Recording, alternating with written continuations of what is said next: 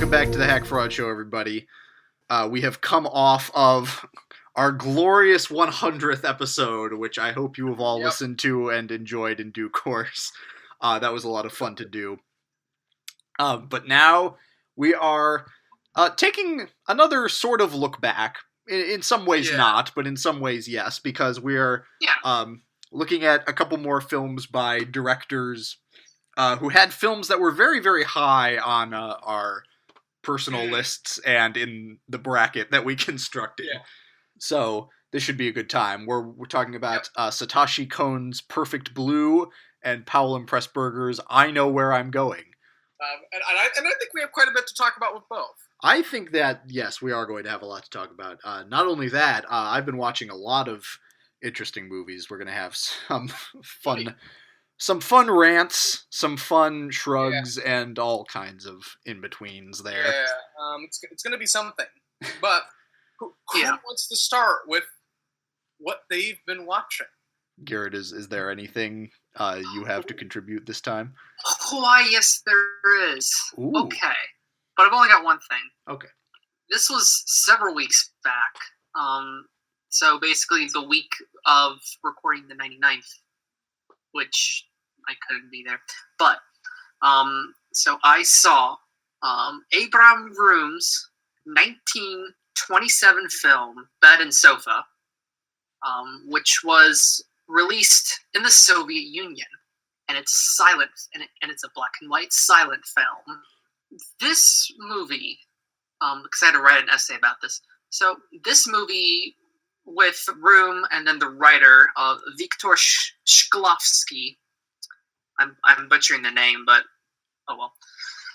In the context of Soviet history and Soviet culture at the time, this movie is a rock in a rapids, in a rapidly moving rapids. It definitely just it stands its ground against the sort of test of time, if you will. Just for some context. So around the 1920s, the Soviet thought around women and the family was rapidly changing. Although it's pretty clear, perhaps, that this wasn't quite the case. So on that, we know that, like, even on like an official state note, like Stalin and all those would quickly clamp down on women's rights. Yes. So husband and a wife just scuffle flat. And then suddenly a strapping young lad arrives by train, and there are a lot of cool shots of trains. And then thus spoke a love triangle, pretty standard. And then it gets to the point where the wife becomes pregnant, and then no one knows who's the father. So then when she tries to get an abortion, that doesn't quite. She freaks out, actually wants the child, and then leaves the home somewhere far away. Yes, that'll do, to have the baby. This I must say, this sounds absolutely radical for the 1920s. Absolutely, yes, yeah. Even for the Soviet Union. Yes, yeah. From a story basis, I wasn't really entertained. I will say this movie does use a lot of dynamic shots of Moscow. A lot of shots. There's a nice scene where the friend and the wife have a bit of a field day and then go on an airplane and then they fly above Moscow and then of aerial Moscow, which is I guess cool for the time, but I'm not a film historian. It's all right. I don't know. Like, what you're selling sounds really interesting, to be honest. Really? Yeah. Sort of like, especially like the sheer like cognitive dissonance of seeing like a 1920s film that displays a woman attempting to get an abortion. Like, that sounds like absolutely radical and absolutely new to me. Yeah. I'm glad you brought this to my attention, especially. I'm not as familiar with Russian film as I probably should be. Yeah. But even from what little I do know, this sounds like absolutely radical and absolutely mind bending from that perspective. Yeah, I thought the acting was pretty decent, and then the musical accompaniment was good. Mm-hmm. Okay. Well, especially with musical accompaniment can kind of be fuzzy because sometimes like people add them. That's true. Yeah. But, I think it might be original, but sort of like with Metropolis, this was found and restored. Though this doesn't have as dramatic of a backstory behind the restoration as does Metropolis. Well, Metropolis is just a miracle of a film in general. Yeah. But yeah, I'm glad you brought this to our attention. All right, so that is Bed and Sofa, or how it was released, Tretia Meshchanskaya. Is that all, Dr. Reed? No, I've been watching some more stuff. Shit. Okay, I did not think about this. Okay, I finished the second season and therefore the entirety of the. I was seriously compelled to of the ABC medieval musical Galavant. So they use magic for the first time in the whole series. It just like so there's this wedding planner who's evil. And he makes a point of having a wedding plan, an evil plot, and a color scheme. So there's that. He's evil. He uses this magic called, and I swear this is what it's called, Dedu. Dark, evil wizardry. I think that's what it's called. It's really dumb. And ultimately it doesn't matter because it turns out the antagonist from season 1 becomes the hero. And then he gets a dragon at the end named Tad Cooper, which was originally a small lizard up towards the earlier season 2. Is it funny? Yeah. Okay. I mean, this was probably the way that, this was probably a good way to close. The last episode did have more Weird Al Yankovic in it. Did have more Weird Al. And they used him a lot in the last one, right? But anyways, you can never have enough Weird Al. No, there was like a whole like final battle that was drawn out. It's like, oh, okay, and then magic is like, oh, let's turn the tides. Let's use all this magic, and then it just turned into a clusterfuck. So I'm like, oh well, okay. So I guess everyone's friends except for the people that can use magic. Okay. So it's just fine. Yeah, I mean, I could definitely see why there were only 2 seasons of Galavant. So I'll take that as a lukewarm recommendation for Galavant. Yeah. If you were stranded on a desert island, have a DVD player, a working TV, and somehow a power source, but your only DVD box sets were of Galavant, it'd be pretty entertaining. Okay. Last thing was I watched the pilot episode to, I think it's ABC's. Yeah, ABC's or whatever American networks. The Good Place. Oh, NBC. NBC's. Oh. Okay. Ooh, interesting. Good. You watched the Good Place pilot. The Good Place. Ooh. Yeah. It was interesting it was like, okay, well, this is a nice world building exercise. So it's like, okay, this is kind of nifty. And then like you get to the point when the protagonist goes, I don't belong here. And then it just does a 180 flip. And it's like, okay, let's go. Mm-hmm. Mm-hmm. And then towards the end of that episode, just a bunch of horrible shit started to happen. And then suspense build and whatnot. I might watch more. Okay. I was a bit egged on. Okay. All right. Well, at least you're somewhat intrigued. Yes. I chalk that up as a success. And then that's all I've been watching. Okay. Excellent. Well, Reed, speaking of clusterfucks, I had to see a series, 2 Marvel films. Actually, wait a minute. One of them was just a knockoff Marvel film from Russia. But I want to talk about it because I think it's relevant. I think it's called The Guardians. And it's pretty much Russia's Avengers, and some of the team members are a man who has like these like giant like curved swords who can move really quickly, and a fucking bear with a machine gun. And it is every bit as stupid and as amazing as that sounds. Discount Rocket. Yeah, it's kind of like a mix between Rocket and the Hulk. It's insane, and I love it. And the movie's atrocious. And we had this great, like, horrible subtitling that would mangle everything. And that was absolutely hilarious. But I realized something while watching it, is that this is a film that is 90 minutes long. In fact, I don't even think it might be 90 minutes long. Uh-huh. And there aren't any other movies in the series, but it's practically Avengers. And it's awful, and it's terribly paced, and you have never any clue what's going on.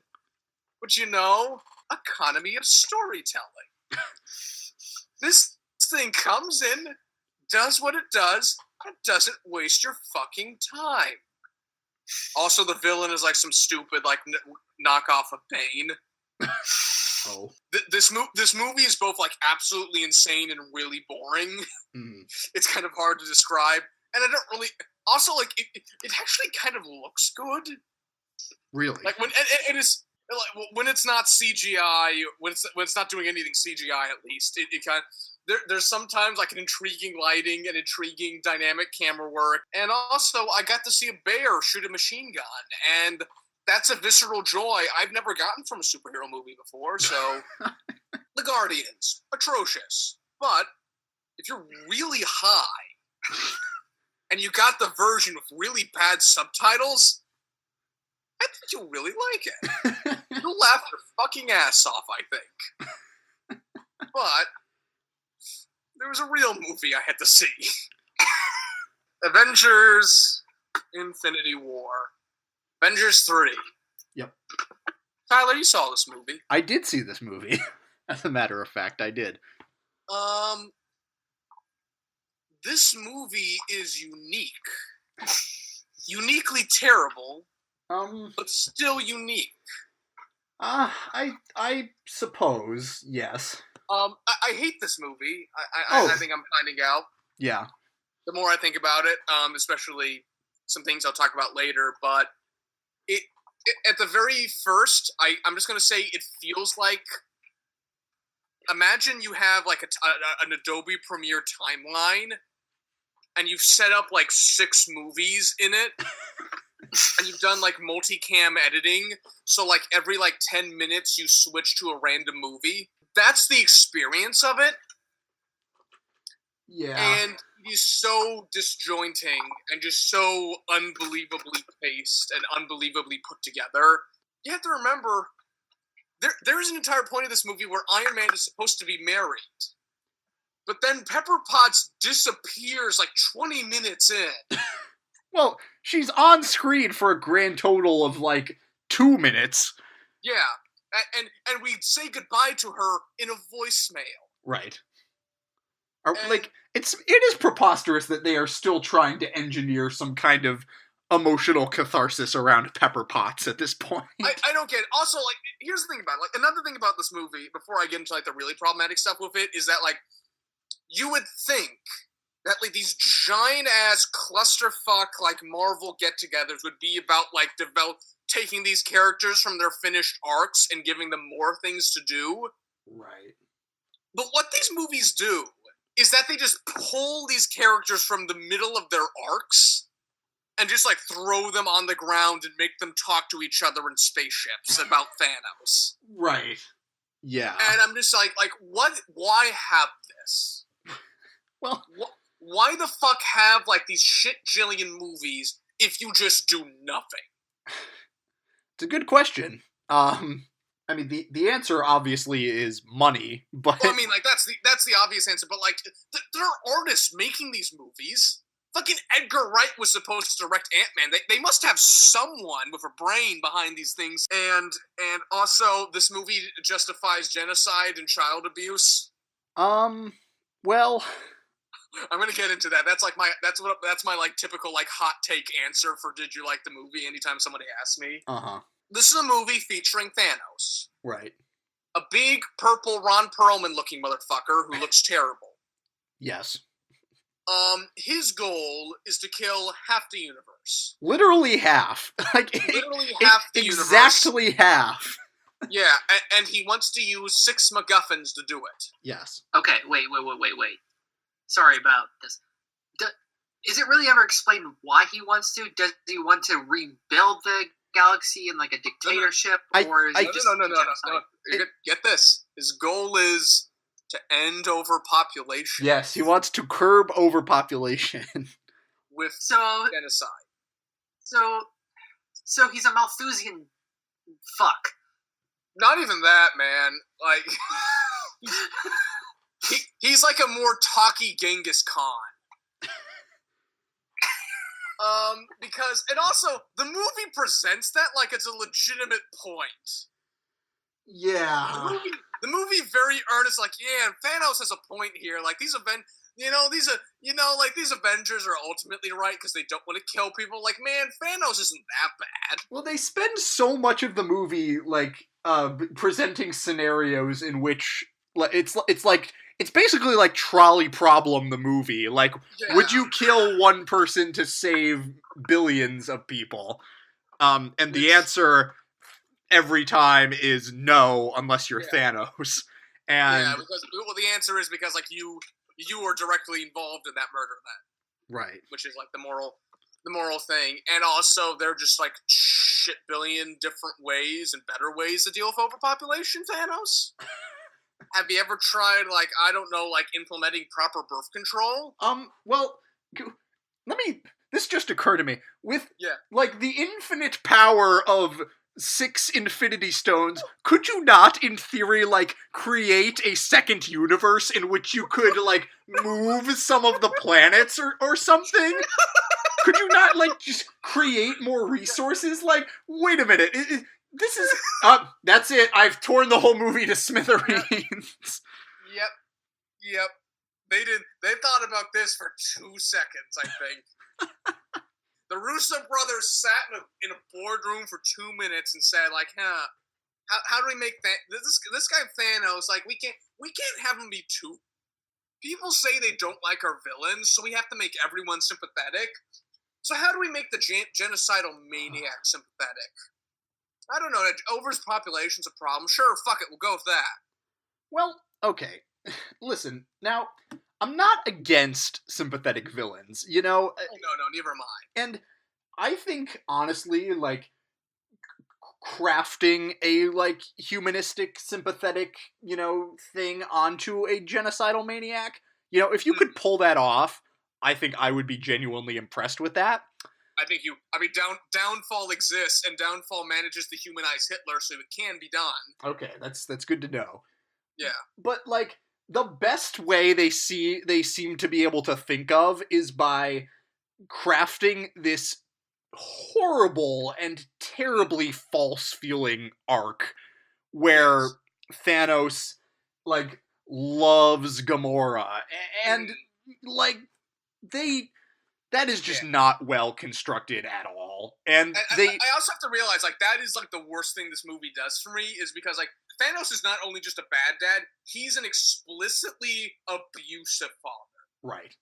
An explicitly abusive and manipulative father.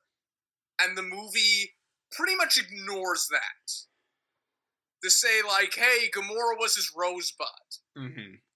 Not understanding, like, hey, Gamora's a person and you fucked her up. Right. No, and like that, and you're right. After Guardians 2, that is atrocious. They seem determined to take every, like, bit of nuanced character work that James Gunn did in the Guardians movies and just throw it out the window completely. And it's terrible. On screen, it is the strangest thing in the world, because it feels like they've had, like, every nuance and comedy of development just sucked out from them. They're like cardboard cutouts of themselves. Yes, no. It is so strange to see.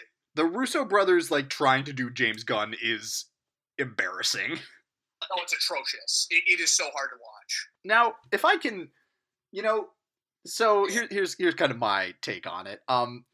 For the first hour or so, I didn't hate it. Like, I don't know. It was working strangely well, just the kind of the sheer, like force of will of like slamming all these characters together on screen. And having them kind of like unite for this common cause. And the opening scene I actually thought was pretty well constructed with, you know, the whole like showing up in media res. Thanos is already. I was kind of thinking like, yeah, this is kind of how if I was like forced to do this shit, this is kind of how I do it. Yeah, and like start in media res, just like go from the get go. Thanos is here. Fuck you. I'm glad they didn't try to do like, oh, Thanos is coming, like the whole fucking movie. Well, they do it for most of the movie. Yeah, well. But, I mean... We actually get to see Thanos. Yeah. But then, okay. Then the problem is... Yeah. At a certain point, yeah, they split everybody off into their disparate groups and just have them off on their little side quests. Doing often their own little movies, like stylistically, visually, narratively, they are all their own movies at that point. And this movie spends so much goddamn time on just totally meaningless bullshit. Like it is so ridiculous that an entire thread of this movie is Thor going to this. To the domain of giant Peter Dinklage to get yet another MacGuffin, might I add, that can possibly defeat Thanos somehow. And oh man, every time they go to a world that is new, there's only like one or two people there. Mm-hmm. There is never a fully populated city. Yeah, well, and it's just so strange that. After, like, all this build-up, like, they spend most of this movie introducing new things, like, coming up with new excuses to, like, separate all the characters. Literally all anyone wanted to see in this movie was, like, all the Marvel characters we wanted together at last. Yeah. Like, and, like, we barely get that. Barely. Like, a good chunk of is trying to get a fucking rock out of a character who he's never cared about head. Right. Yes. No. Yeah. Oh, yeah. They try to... God damn. By far the worst part of this movie is when they, yet again, try to make you care about Scarlet Witch and Vision, who I think are, like, everybody's... Like, if you were to take a poll of the entire, like, community of people who have seen these movies, I'll bet almost everyone would say that Scarlet Witch and Vision are the two characters they care least about. Yeah, exactly. No one gives a flying fuck.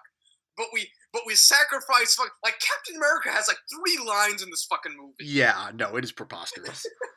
And like just the sheer like idea of what they thought was fulfilling is ludicrous. Yeah. And I think like no one has a time to be a character even. No, because they're cramming so much stuff in this movie, which by the way is like absurdly dragged out. This movie could have been 90 minutes long easy. Oh yeah. But they spend so much time on so much stuff, like just cross-cutting, that no one has any time to like meaningfully, do anything. And just about any time you cross-cut, like I would always like lean, because I saw it with Matthew as well, and I just lean over to him. I said like, "Wait, this is happening? Right? When the fuck did this happen? Shit! What's the timeline here? What's continuity? Who edited this?" I don't know. And like know. It is like I think more than that, it is like a true butchering of cinematic form in a way that I've never seen. And I want to say it was almost entertaining for that. I want to say I was absolutely gobsmacked by what it is. Well, it's trying so hard to entertain you for a little while that like you almost have to just let go and be entertained. Which I kind of did, and I wanted to be entertained by this movie, but they make it so hard. There's just so much, like, fucking extraneous, and, like I just do not understand, like, even if you're, like, with the sort of, like, thesis statement of these movies, this movie does not deliver on any of that. No. And because, like, fucking, like, Captain America gets 2 lines. Tony Stark has not had a fucking legitimate arc for 10 years. He's the same as he's been in 2008. Well, he had a good arc in the first movie. Yeah. And honestly, I do think they built a cool little arc for him into the first Avengers movie.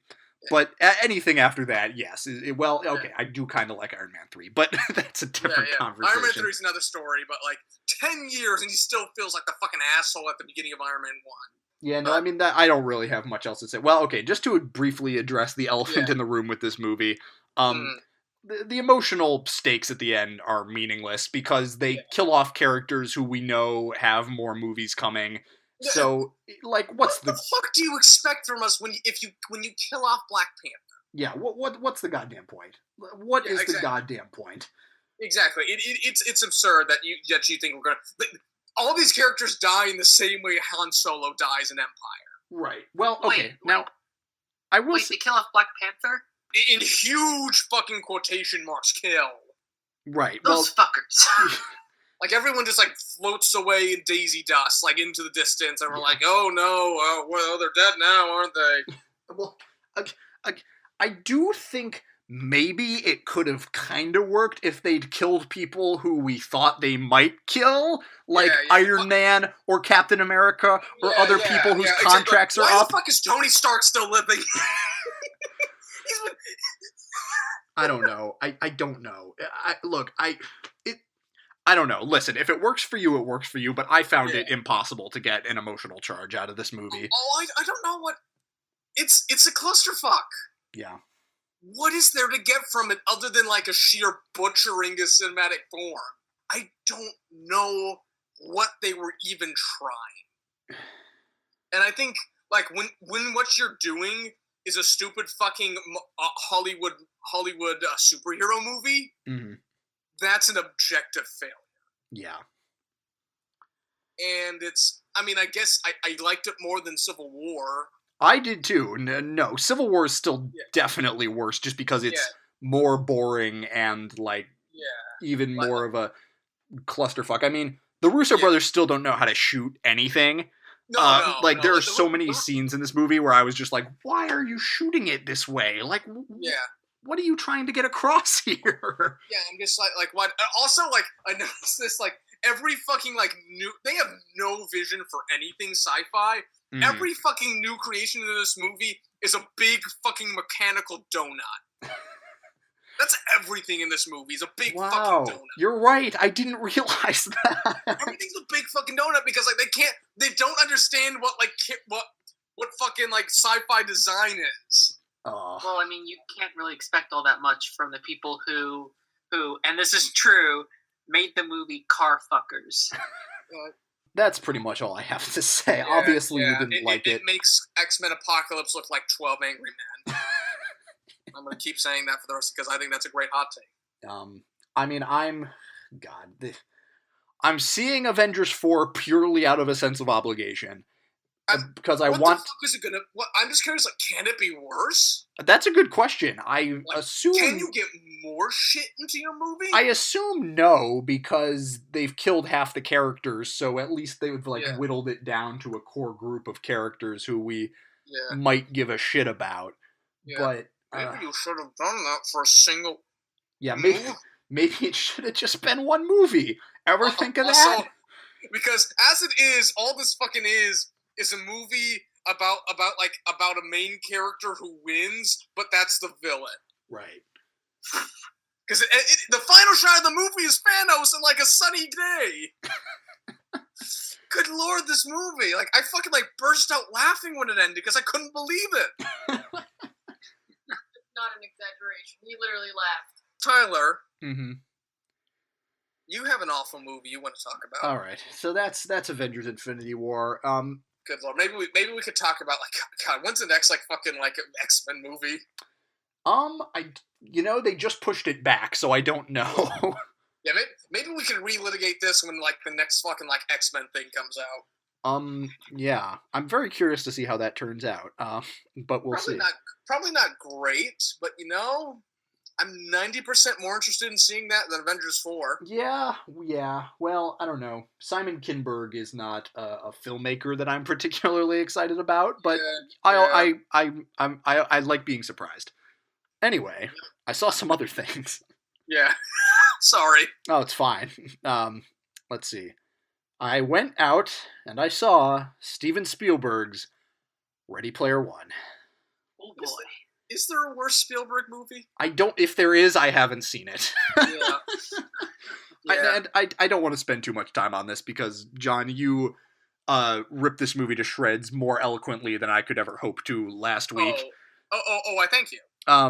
I just think that I'm truly shocked that Steven Spielberg, like, at this point in his career, can make a movie this bad.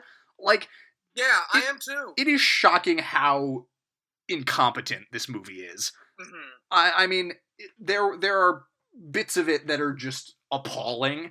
The dialogue is pretty much horrendous throughout.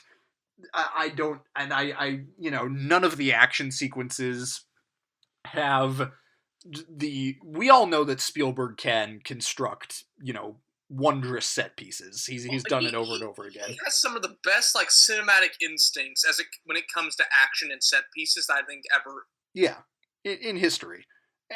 Yeah, and in this movie, just none of that is on display. Everything looks like sludge. Everything looks like high contrast sludge. It looks like the exact brand of CGI sludge that is routinely brought to us by Zack Snyder. Like I could not believe it. That's a very good comparison. I could not believe it, and that's setting aside all the philosophically horrendous stuff in this movie. Like, this is the apotheosis of the shitty brand of postmodernism that we've been wallowing in for the last 10 years. I don't know how anyone can make like anything that's paying homage to 80s culture anymore. Like, I don't know how we can still have something like Stranger Things in a world where this movie has come out. I honestly don't. It is ridiculous to me that like something like that can still exist when Ready Player One exists in the world. And I don't. And the fact that they somehow got Steven Spielberg himself to make it boggles the mind. I'm just fascinated. Like, I just really want to know like what Spielberg was thinking. What the fuck? What Ernest Cline's input was it? Because like the book is pretty panned by this point by like academics such as us, and I just want to know that process and to see how it turned into that. I have no idea, and like also just I have like had the idea for like making a movie that would like riff on like blockbuster conventions and just like totally like make fun of like the generic blockbuster structure. Yeah. I don't think I could make that anymore because this movie does it pretty much perfectly, but without an ounce of irony as to what it's doing. Yeah, exactly. And I think there's something to be said about like how like it looks like a hot topic come to life and become sentient. I don't... And it has nothing to say about that. No. It does not engage with, like, 80s culture and with nostalgia in any meaningful way. Or the commodification of that nostalgia. No. And the way this movie venerates Mark Rylance's character is so strange to me. It's so weird. Like, it feels like it's occasionally making, like, grasping attempts at, like... addressing his flaws, but then it always circles back around to just being like, oh no, this guy's a god and like the greatest person who ever lived. Yeah, like he's a god, and the only thing he does is like be smart and like love the 80s. Right, and just the movie has no clarity about any of that, and again, just seems to totally just be like, 80s culture is super cool. And yet it also seems to, like, sneer at anyone who likes video games or likes, stuff from this time, in a way. Like... That seems counterintuitive. Oh, certainly. Yeah. Not gonna lie. I can't quite say that much, but, like, I think you're right. Well, like, look at how much, the main character is, like, coded as, like, a loser... throughout the movie, and like look at how I don't know. Maybe I'm. But maybe like I'm the traits wrong, that make him a loser are also exactly what he's venerated for. Yes, exactly. So like I really don't know about that. So like I think the far more like concerning thing that's coded into this thing is how like these are all like purely male fantasies, and women just merely have to adopt them to survive. Yeah, it is. Ooh, It's rough. Not good. Not good. Ooh, And not great. I love Olivia Cook, who plays Art Threemus in this movie, and I think she's doing her best. But like, man, that character. How like, Mark Rylance is doing his best. Oh my god. And her character, by the way, the fact that like she's a girl who's like, oh no, I have this physical thing that makes me not pretty. How could anyone ever love me? Are we really doing this? Are we really sincerely doing the thing that Anomalisa completely deconstructed 3 years ago? Are we really doing that? Like, fuck you, movie. Like, I can't believe you. Yeah. I just it's atrocious. It's horrible, and I can't ever believe that Spielberg has ever made a movie worse than this. I'm just shocked. Like I don't care if like you think like 1941 is awful. Like, it can't beat this. No, I have nothing else to say. Yeah. Anyway, I think... it seems like with movies like these and made by filmmakers such as Spielberg, we have to ask yet another age-old question other than what we've been watching. This one being, who greenlit this shit? Reed, I'm right there with you. It's a good question. I have no fucking idea who greenlit this shit. And I think it says something about movies today, perhaps, or like past, maybe past decade or two, where we've been saying that a lot. I don't know what that means. But I think if anything, Ready Player One is a crystallization of all the bad things we've been saying about cinema for the past like 2 years of this podcast. Ooh, okay. It's so bizarre. Yeah. I have no idea what to make of it, other than it's horrible. Yeah, but Tyler, did you see any good movies? I did, as a matter of fact. Oh, Jesus Christ, good movies. Shit. Yeah. Let's see. I saw Lynn Ramsey's first feature film. I've now closed out her filmography. That movie is Ratcatcher. This movie is very, very similar to Morvern Caller, which was her second movie. There's even like kind of a very specific shot that is kind of shared between them. This movie's good. It's kind of not my preferred art house movie. I'm not super into those kind of meandering, like esoteric kind of plotless just is it kind of cinema verite? Sort of, yeah. Well, not so much in like the camera work. I mean, in the story it's telling, it's very much like kind of that kitchen sink realism sort of thing. I think a lot of parts of it like do work really well. I guess I have now found that Lynn Ramsey's career like breaks pretty cleanly into like two halves. You have kind of the Ratcatcher Morvern Caller half, and the We Need to Talk About Kevin, You Were Never Really Here half. I prefer the latter. That's just me. But totally worthy movie. I mean, she's an incredible filmmaker. She's got an incredible eye. So, I think I would still recommend watching it if you're inclined, but not my preferred. I'd probably start with We Need to Talk About Kevin and what's the new one out in theaters? You Were Never Really Here. You Were Never Really Here. Yeah. Those both sound fascinating. They're both great. And then let's see. I saw a Nicholas Roeg film called Insignificance.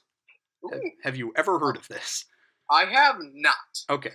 So, basic pitch of the movie is Albert Einstein, Marilyn Monroe, Joseph McCarthy, and Joe DiMaggio all end up in the same hotel and interact in various ways. And yeah, that's the movie. And it addresses Cold War paranoia. It addresses the nature of celebrity. It addresses 1950s America. And it's like an 8 out of 10. I realize that the pitch I just sold you probably makes this sound like the best thing ever, but it's not quite. But it is very, very good. It's very dexterously filmed, and there's some really cool like cinematography and editing stuff that it does. I definitely want to see more of this guy's movies, and I did enjoy this movie quite a bit. And it is really, really interesting in a lot of ways. Not the best thing ever, but still very, very good. Yeah, this sounds fascinating. Yeah, no, it's got some really great kind of ponderings and musings in it, and the character work that is done. They never address the characters by name. Like they're lookalikes and sound-alikes, and meant obviously to evoke these people, but not meant to really represent the real people necessarily. Yeah, I've always been like a sucker for these kind of like sort of almost like musings on celebrity and politic. Yeah, no, it's very, very good. I think you would enjoy it quite a bit. Okay. Just yesterday, I watched Terrence Malick's Days of Heaven, Ooh. which I actually enjoyed quite a bit. Oh, good. Yeah, beautiful movie, obviously. I think it's kind of legendary. They shot almost exclusively at golden hour. Has some of the most breathtaking visuals ever captured. And really, I think what really worked for me with this movie was that I am no fan of Badlands, his first movie, and the character dynamics in this I think work a lot better and make much more sense than the ones in Badlands. Like this is a very like straightforward kind of love triangle, and that for me is so much like a better thing to hang a movie on than like girl is blindly in love with a sociopath and follows him around for 90 minutes. Yeah, and without like the troublesome like subtext attached to that. Right, exactly. There's a lot of like biblical kind of imagery in this movie too that I liked a lot. Sam Shepard plays this farmer character, like kind of one point of the love triangle. He is great. He gives a very empathetic performance. I thought his character really brought a lot to the movie in a lot of ways. And all the actors I think in it were pretty good too. It just worked for me. I didn't like love it necessarily. I'm not sure how much I'm gonna love any Terrence Malick movie. We'll see. I'm probably gonna watch The Thin Red Line soon, so we'll see how that goes. But yeah, do you think I would like it? I don't know. I can be a recalcitrant movie watcher, certainly. Yeah, I don't know. It's hard for me to say. I think that it's hard to predict how people will fall on Terrence Malick, I think, unless they see it. So, I don't know. Maybe give it a watch if you're inclined to. Anyway, that is all I have for right now. So, alrighty. Let's get Are we ready to the main event. What do we want to talk about first? Reed, which one did you see? Take a guess. Perfect Blue. Yeah. All right. We want to start there? Let's talk Perfect Blue. Okay. This is the first film by Satoshi Kon, correct? Yes, his first feature film, yeah. Okay. It is something, this movie. Quite a ride. Yeah. It is something. It is a lot of something. You're absolutely right. I really liked it. I really liked it too. I had a couple of issues with it, which I'll get into here in a minute, but for the most part, We'll get to this. I had some fondness for it, nonetheless. So. Oh yeah, no, I enjoyed it a lot, and I think it's a really, really well constructed movie. He's dealing with themes that he would kind of be exploring for his entire all too short career. The whole nature of reality and celebrity and technology and kind of the way it all interacts with and affects our lives. They're like waking, dreaming, like what kind of like this like subconscious view of modernity. Right. Now, I think Paprika was kind of the movie we kind of leveraged when we were talking about our favorites from the last year on the last episode. I must say, I had forgotten just kind of how much I really did like Millennium Actress as well. I think I think Millennium Actress is Millennium Actress. I think is an absolute masterpiece. Yeah, certainly. And this movie, so basically the setup of it is you have this Japanese pop star named Mima, who decides that she's going to quit her pop group and become an actress. Yep. And she kind of has to start from the bottom and work her way up for some reason, which is not the way it typically works when you're a musician who decides to become an actor. But no, I think they also make the point that it's kind of like one of those like middling, J-pop groups. Mm-hmm. Yeah, that's a fair point. Anyway, she gets involved with this crime drama a television series that requires her to play a rape victim. Yeah. And her reality just starts fracturing in all kinds of ways, and she has a stalker, and she engages with this early version of the internet. This movie came out in 97, so we're dealing with 90s internet here. Although like, I must one say, of the major points is like using a fax machine as a threatening thing. right? Though I must say, this movie is remarkably prescient about how the internet would prove to be just a ruinous force in the future. Like how the internet like as an agent of chaos, and the internet like as an agent of despair and just utter confusion. Mm-hmm. And also like how we have people imitating other people, and people just posting things that are just like objectively not true but are presented as true things. And right. I'm gonna get back to that. You guys continue. Well, Reed, what were your kind of general thoughts? Okay. Well, my general thoughts was, oh, this is a nice anime. And then like it got to a point where I'm like, oh wait, this is Satoshi Kon. I've seen Paprika. Oh shit. I forgot how just out of the loop I felt about watching Paprika. And I felt the same way watching this movie. Mm-hmm. Actually, I'd argue Paprika is a fairly earnest film, whereas this film kind of like it seems to routinely mock the kind of like exploitation thing it could easily become. But it keeps like maybe. By like the fact that like she's in a crime drama acting, and like this like the sheer like mindfuckery of the editing. Oh, definitely. Yeah. And especially how like the crime series mirrors the actual plot line. Mm-hmm. Yeah, so the anime within an anime actually matches up fairly well with the main story, which I thought was quite clever. But yeah. Well, I think even maybe more so than mocking like that kind of type of movie, I think it like kind of mocks like the viewer's desire for closure and the viewer's desire to like know what is and isn't real. Like, I mean, yes. I think it's silly to make this comparison because, Inception and Paprika get compared all the time. But, like, if Christopher Nolan, I think the touchstone here is, like, something like Memento, where you get to the end and you have this horrible scene where one of the characters just explains what has been going on the entire movie. Yeah. Whereas with this movie, even at the end, when you kind of sort of gain the thread of what has been happening, you're not quite sure, like, what is real and what isn't, and then, the ending just kind of throws it to the wind. There was not an ounce of exposition. There was not an ounce of an idea that, like, Satoshi Kon needs to hold your hand at all. Mm-hmm. Like, it'll just, like, throw you from scene to scene.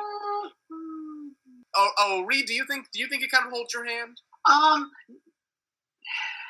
No, I mean, I agree with you that, like, this movie doesn't hold your hand. I would argue that, like, those moments where, especially at the beginning, where you have, like, fanboys, it's, like, with, like, reoccurring, like, fanboy people, I think that might serve as some baseline to jump off of.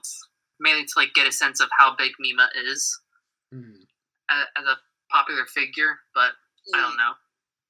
So maybe that serves as some type of exposition, but maybe not. I'd call that more shorthand than anything else. And like there was certainly shorthand in there, like the main like quote unquote like stalker like fanboy is like this rigorously ugly and creepy character with like crooked teeth. Yeah, and, like, boy. No, they certainly do not spend any time trying to obfuscate who her stalker might be. No, and I kind of like that. No, I do kind of appreciate that actually. It never tries to be a mystery per se. Mm-hmm. Yeah, that's another thing where like it could so easily become the kind of like crime drama that Mima is playing in. Mm-hmm. But like every once in a while just checks out into psychological mindfuck land. That like postal figure, this so-called stalker, the fuel of nightmares, very much a being of nightmare fuel. Yeah, so I'm like, ugh. But I think also like the editing of this movie, And I think it must be known that like Satoshi Kon is very much celebrated for his editing style, and it's a very flashy, very like readily apparent editing style, but it's also extremely effective one. Oh, certainly, yeah. Yes. Which is one that's sort of like he just kind of he uses a lot of like match cuts and ellipses, and he often will just like cut out the middleman when it comes to showing things. Right. No, I mean, like when it comes to like fracturing time and perception the way that he does in his movies, I think it really works perfectly. I think it's that like this is like an 80 minute movie practically mm-hmm. that just like never waste your time. It feels like it needs to waste any time on extraneous, and I appreciate it for that. Oh yeah, certainly. One thing I will say, my one major criticism of the movie is that like I felt like toward the middle it was starting to feel repetitive in a way that was like not intentional before it starts becoming repetitive in a way that is very clearly intentional. I felt like we had like kind of hit the same beats a few times. Like, okay, she's struggling to become an actress. She's not really. She's starting to lose her grip on reality, and she has a stalker. Okay, like I kind of get it. We can go forward now. But right around the time I was thinking that we did start moving on, and it became something very different. I can't quite say I felt that because like I think the film does a really good job at jarring you. Mm-hmm. But I think my issue with it is kind of the ending. Okay. Whereas like we reveal that her kind of like agent is like the real like person responsible for all like the batshit crazy things that happen in the movie. Uh-huh. Yeah. And I'm just like, do we really need this? I kind of like the idea that like we're just without catharsis and like without conclusion and just without proper basis. Well, in reality. Well, I kind of like it because like it mirrors, what's happening on the crime drama. Like even with cute. this, I like that. Even with this sort of sense of closure, we're still playing with things. And also, I didn't pick up on this right away. Like it had to be pointed out to me. But her last line where she says like I'm real. Apparently that line is said by the voice of her manager. Oh, interesting. Oh, I didn't know that. I didn't notice that either. But that's really interesting. Yeah, so the ending is by no means providing full closure. Sound design, kiddies, it's important. Yeah. That honestly kind of fixes my problem. I kind of had a feeling, based on what you were saying, that might fix your problems with the ending. Yeah, but that was my only real major. I can't really think. I don't think it was quite as. I didn't really feel it drag all that much. There was sometimes you were just like, all right, she's going crazy. What now? Yeah. No, that was all. Like I just kind of a slight like, okay, I get what's going on. Like maybe we can move on now. But again, like right as I started to think that, it did move on. So I don't know. It's not really a huge quibble that I have. And I think also like Mima is a really interesting batshit crazy character. Oh, certainly, yeah. Yeah, and also like the world she interacts with, which is both monstrous yet very familiar and very human. Mm-hmm. Especially in like our current like Facebook just destroyed everything internet age. Really, I think it also must be known that it as like a first film, it is utterly remarkable. That certainly. Like all of like Satoshi Kon's classics are like musings on time and ellipses and crime and modernity and internet, et cetera, are all here in full force. Yeah. No, he has a real clarity of purpose about like what he's doing, like right from the beginning with this. So yeah, I appreciate that. I can't really think of another director who kind of started off this quick. Yeah. It's hard to think of one. I mean, even Wes Anderson like took a couple of movies to kind of to get there. Oh, yeah. Bottle Rocket is ridiculously quaint. Yeah, that's true. Reed, do you have any other thoughts on Perfect Blue? I wasn't sure about the ending with the manager revealed to have like a split personality disorder. Is that what? Yeah, that's kind of I think what we're meant to take away. Yeah, but that with the pairing of violence, that didn't quite sit right, perhaps. Mm-hmm. The what? I mean, I've seen it before in like other works, so like fine, but I don't know. I think this movie does have a clarity around violence. Like I understand, like especially like we become like kind of hypersensitized to violence, but Yeah. I think this movie certainly has a clarity around like the sort of exploitation violence that it's kind of indulging in as well. Well, I mean, even like the scene where like she acts out the rape scene, like that like even with like it still manages to be like unnerving, even with the veneer of like, oh, this is just acting. Like it was still very uncomfortable to watch, and it doesn't sugarcoat that or like show Right. that as something to be enjoyed or something to be exploitative. No, not at all. If anything, it shows it as like this ridiculously like unnerving thing to her and her. Like maybe the thing that catalyzes her breakdown. In fact. Yeah, exactly. Yeah. And so like I think there is like enough clarity around that to sort of maybe not quite justify the violence, but lend purpose to the violence. Yeah, I think I would agree with that. Yeah. Is that all we have to say about Satoshi Kon's first film out of tragically only 4? Yeah, I mean, I think this is just further showcase that like he was really just a master of the craft. Like I have really loved all of these movies. Yeah. If you want to finish out his filmography, it's not hard. True. But you go out and see Tokyo Godfathers, and it plays with a lot of the same it plays with a lot of the same things. Actually, I don't think it's really more saccharine per se, but it's a little bit more heartfelt, especially than Perfect Blue. Oh, yeah, have you seen that actually? I've seen Tokyo Godfathers. Okay. It's really interesting. Well, I was reading the kind of the like log line of it, and it did strike me as a little odd that like that was the story that he chose to do, but yeah. I think it avoids like a lot of like the saccharineness that it could have obtained, and like that sort of film does. Sure. Yeah, I think in some ways it kind of shares like that idea from Perfect Blue as like sort of mocking the kind of film it could easily become. Okay. But that's for you to decide. Okay, well that's interesting. Interestingly, actually, fun fact: John Ford made a movie out of that same source material. Oh, interesting. Called Three Godfathers, which I kind of might want to see at some point. Maybe that's a pairing in the future. Who knows? Perhaps we could do that. Ooh. But that's Perfect Blue, I guess. Yeah, we can't say enough good things about Satoshi Kon around here. He is one of the animation masters. Let's get into two more of the masters, Powell and Pressburger, and their 1945 film, I Know Where I'm Going. This is a film, and Reed just muted us, so we know he did not see it.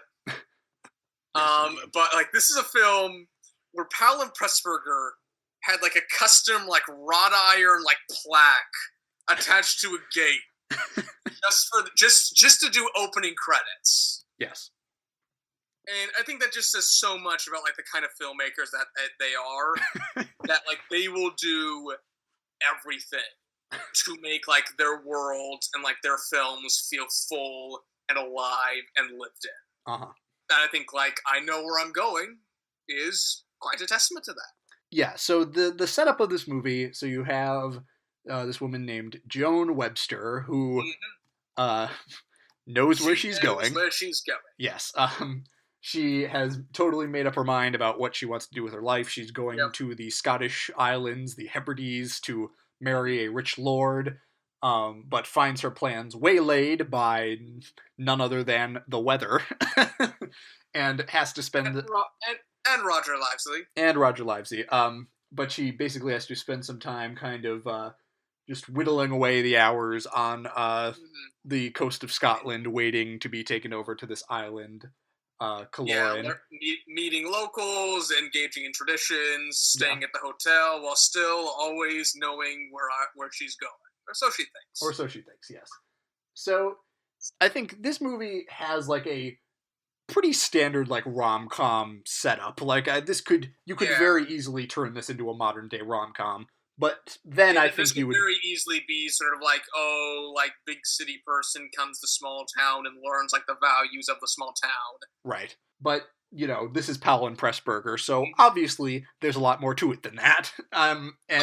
It all kind of comes from just like how well they draw their characters and how well they construct the world, like you say. Yeah, and just how lively this place feels, and just how much character is imbued in all the townsfolk. Mm-hmm. And like the man who's lost his golden eagle, and the hunters we meet on the bus, and the children working on the boats. Yeah, No, I think with a movie like this, like the kind of the spark of it comes from how you fill out the details, and no one fills out the details quite like Powell and Pressburger. Yeah, like I always notice this. Like this is there's like this great like video essay online about like that shitty ass what's it called? I think it was that fucking like Batman Alan Moore adaptation that came out a couple of years ago. Oh, the Killing Joke. The Killing Joke, and one of the points that was in that movie is that like Alan Moore, like in all of his comics, like fills like all the desks and like all of the apartments with like so much like character building stuff. Mm-hmm. And whereas like shitty adaptations just have like that kind of stuff very barren. Like if you like compare this to say like a Howard Hawks film, with the exception of Only Angels Have Wings, like a Howard Hawks film would show you like a newspaper room, and it looks just like a newspaper room as like you'd imagine it. It's no frills, it's just there. Whereas like Powell and Pressburger shows you like a Scottish inn, and there's just like so much just stuff and history, and like it also has ceilings in the room. Which is like a great like Kane innovation, and like there's like so much characters just in these mise en scène, that just lends like such a liveliness. Like people actually live here, people actually breathe here, people actually are proud of here. Right. This isn't just like a movie set. They just plopped up. Yeah, no, certainly. Like all the characters just feel like so completely like fleshed out. Like even the character that Katrina, I think is her name, who the kind of rabbit hunting lady. She's in the movie for I think a grand total of less than 10 minutes. Yeah, but yet you remember her. Yeah, no, always. Like she is such a live wire like presence in the movie, and such a feels so complete as a character. Just like the general, or not the general, the whatever his rank is, who has all the eagles. I think he's like a colonel. Yeah. The colonel. Yes. And Roger Livesey has such a cool little arc that they build into this movie. And I do think that like out of the Powell and Pressburger movies that I've seen, this is probably my least favorite. But I mean, this is a lesser one. It's a lesser one. It's a fairly standard kind of through line. Like obviously, she and Roger Livesey are going to end up together. Like that's kind of a foregone conclusion. But Powell and Pressburger do it via giant cursed castle and bagpipes. Right. Yes. No. Totally. The whole castle thing is just a wondrous way to do this arc of like, lesser film would just be like a guy who's scared of commitment or whatever. Like, he's had a past relationship. What is he gonna do? Right. Yeah. No. He's. They build in this whole thing of like his family is cursed because of this like tragic thing that happened in their past and whatnot. Yeah. It also must be said like this movie is also really clear-eyed about the kind of character that Joan is. Yes. And like there's like there's just this great scene where like she like pays off like the townspeople and says like, I want you to take me to that island even if it kills me. Mm-hmm. And like Roger Livesey just pretty much is just like, look, do you have any idea what you're doing? Right. Do you have any clue what you're about to do? Well, and I think like another thing with this movie is that like, especially considering the time period in which it was made, it could have so easily become like look at woman. She should not be independent because she's just going to screw it up somehow. Like, no, she's woman need Roger Livesey. She feels like a very like honest, fully fleshed out character, like a flawed, selfish, three-dimensional female character who, again, is so rare to see in movies even now because we still can't fucking figure out how to write good woman characters for some reason. In fucking 1945, she retains her agency. Yes. In the beginning of the movie to the end of the movie. It is her choice to come back with bagpipes. Right. 100%. And it is her choice to go out on that lake. I mean, again, like, it just goes to show you, like, what masters these guys were. That, like, even in, one of their weaker movies, they are still... Even with lesser material, they elevate it to something that is just so charming and just so watchable. Yeah. And, God, this movie is just gorgeously photographed. Oh, God. There's like this fucking image of like I can't remember if it's Roger Livesey, it's someone of the townspeople just like standing silhouette against the giant sea with a lantern in hand. Mm-hmm. I'm just like, God, that is one of the prettiest black and white images I've ever seen. Yeah, the way they leverage kind of the setting and the weather conditions and all of that stuff is just, it's beautiful, and it works so well. They have not yet let me down, Powell and Pressburger. And I just think, yeah, this movie is, I wouldn't quite call it a masterpiece, but it is very well put together and very well constructed. And I just think it's, you know, such a showcase for their talents. Yeah, I think it is the sort of like classic films. I think this is one of the best. Mm-hmm. This is right up there, I think. I don't think it's quite like a His Girl Friday, but I think it has all the charm and like all the you typically don't see in these kind of things. Certainly. Yep. All right. So that is I Know Where I'm Going, and just thus ends a week of Revisited Masters. Yes, which was very successful, I think. You know, I think a delightful week, aside from the shitty Marvel movies we had to see in the meantime. Well, yeah. Anyway, so that wraps it up for another one. Now, next week, now, John, I know you had been saying you wanted to do some more kind of populist movies. I have a couple of suggestions for things we could do. Oh boy. I guess I just kind of want something to take this podcast a bit down to earth. Sure. I had the idea of maybe to put a good Spielberg taste back in our mouth. We could watch some of his well-regarded like modern Spielberg movies, because a lot of his like early 2000s work I just haven't seen. I haven't seen Minority Report. Nor have I. That could be one. Let's do it. Ooh, excellent. And then, what would be the other one we want to do? Do we want to do Munich? Do we want to do War of the Worlds? Do we want to do AI? War of the Worlds has strangely good Tom Cruise acting. My guts. I've already seen Munich.